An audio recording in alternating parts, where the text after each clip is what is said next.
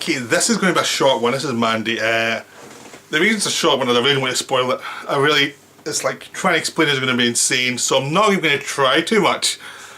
Mandy is insane. It stars Nic Cage, Andrea Riseborough, and some other people. The lead villain's a really good actor, but for some reason my brain had just... Linus Roach, that's it. My brain just went mad there.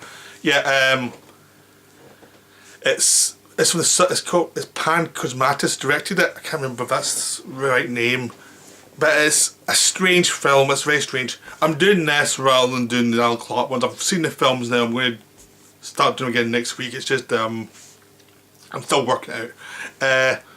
So this is the way I was trying to work how to talk about this film last week, and my solution was to only talk a little about it because it's complicated. So basically, it's a simple. You can actually write the plot on the back of a postcard. The plot is so simple. Basically, it's set in the 80s. These two hippies are living in the backwoods. The woman works in a shop, a kind of touristy shop. The guy is a lumberjack. Nic Cage plays a guy. Andrew Risenberg plays the woman. She's very shy. He's kind of morose. They're middle-aged hippies who are doing okay with their life. They like each other, enjoy each other's company, and for them that's fine. That's all they need.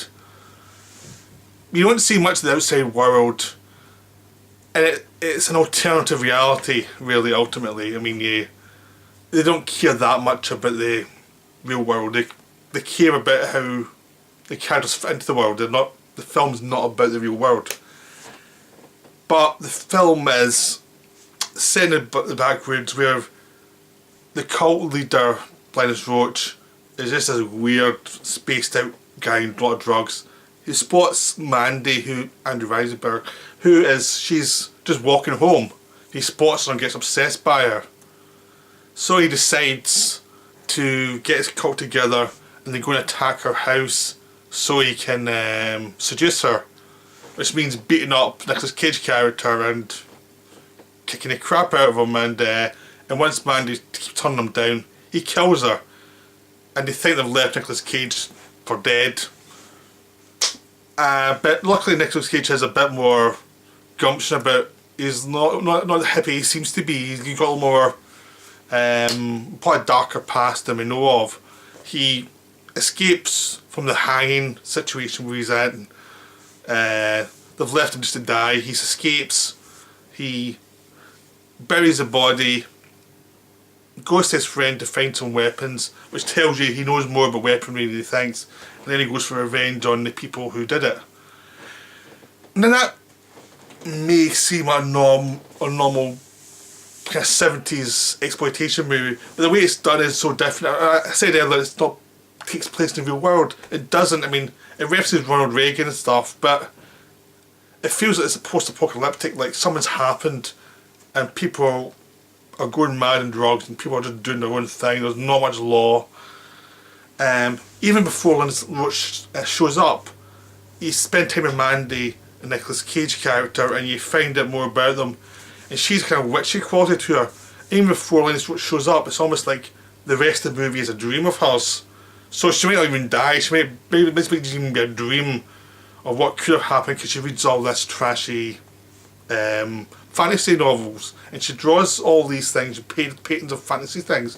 So this whole movie could be a dream of hers, of her man revenging her, or it could have happened, but they're in a fantasy world, and they're almost in the world that she created in her mind, or it could be Nic Cage going mad and imagine the whole situation as the way that she would imagine it, because the whole background becomes like much more colourful and like fantastical, but still this grungy murders to take place as he goes for revenge. So first he kills the henchmen, like who Linus Roach's gang hired, who were these kind of animalistic drug dealers who took LSD and never come back to reality. And that's a brutal sequence. Then he goes after some of the side flunkies and goes to the base of the cult and just takes the rest of them out. And Just what's interesting is that the experience of it's just so bizarre and weird and off. It's hard to explain. It just feels it's a part of fantasy, but it takes place in the fantasy of a movie, in the fantasy of a fiction. So nothing's real, but everything's emotionally felt, and everything's quiet, and Nic Cage is really going for it. This is one of the films he's really committed to. You can just tell he's just really going for it. It's a very quiet performance. He's letting everyone else overact around him, but it's still that crazy Nicolas Cage element to it as well, which makes he's the perfect guy for this world. And all the cult people are always weird and sad, you know. And the leader's just a sad guy. Ultimately, he's just this guy who's been left behind by life, and who controls these other people, but he hates them all, and he lives in this basic shithole place, this kind of place in a valley. Or does he, or is this his imagination? Is this just the final layer that Cage has to go and defeat as like a warrior, like getting revenge for his lost love? Is it, are we seeing that in reality, or did he just kill him in a camper van or something? You never know, it doesn't define anything. But it's just the experience of seeing the film is the thing. It's not about trying to emotionally understand the plot, it's about emotionally understanding the feelings. And the feelings are the mix of reality and painful reality. And where do those things work within this world and work within these characters' psyche? So the whole thing's expressionistic. And it's expressionism of a mad person. You don't know which mad person it is.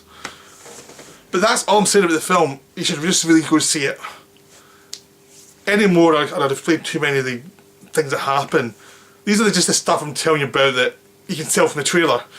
It's a weird film. It's just wonderful. But just go see.